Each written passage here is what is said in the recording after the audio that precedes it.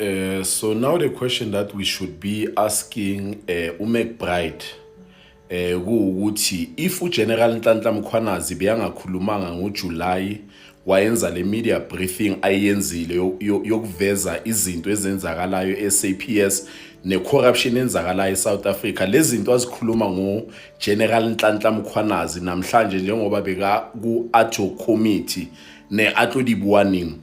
So there is nothing or any allegations enegama lika General Nhlanhla Mkhwanazi esizoyithatha serious.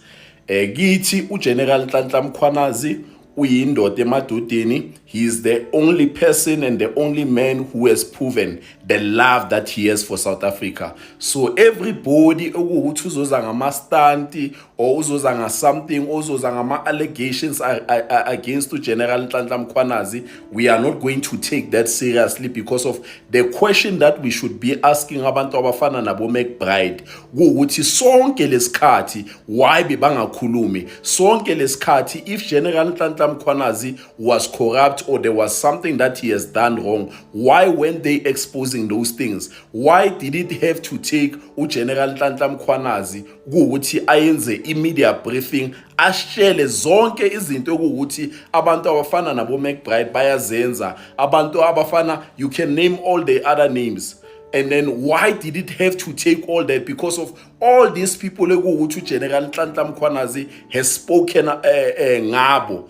Abuyile mabitso abona dilo tse ba di etsang, all of them, whenever they go kubo Madlanga commission, whenever they go kubo ma-ATO committee, there have to be something bad that they say about General Nhlanhla Mkhwanazi. So this we must say it without fear or favor ukuthi if there is a man that we take seriously, if there is a man ekuthi noma bangasho yini ngegama lakhe ekuthi ngeke sikuthathe seriously, it's uGeneral Nhlanhla Mkhwanazi. General Nhlanhla Mkhwanazi, it's us and we are him. Wathinta uGeneral Nhlanhla Mkhwanazi, wathinta abantu base South Africa bangekho corrupt. So wonke lamastante ukuthi bazama ukuwaphusha against uGeneral Nhlanhla Mkhwanazi, they must know ukuthi angeke asebenze.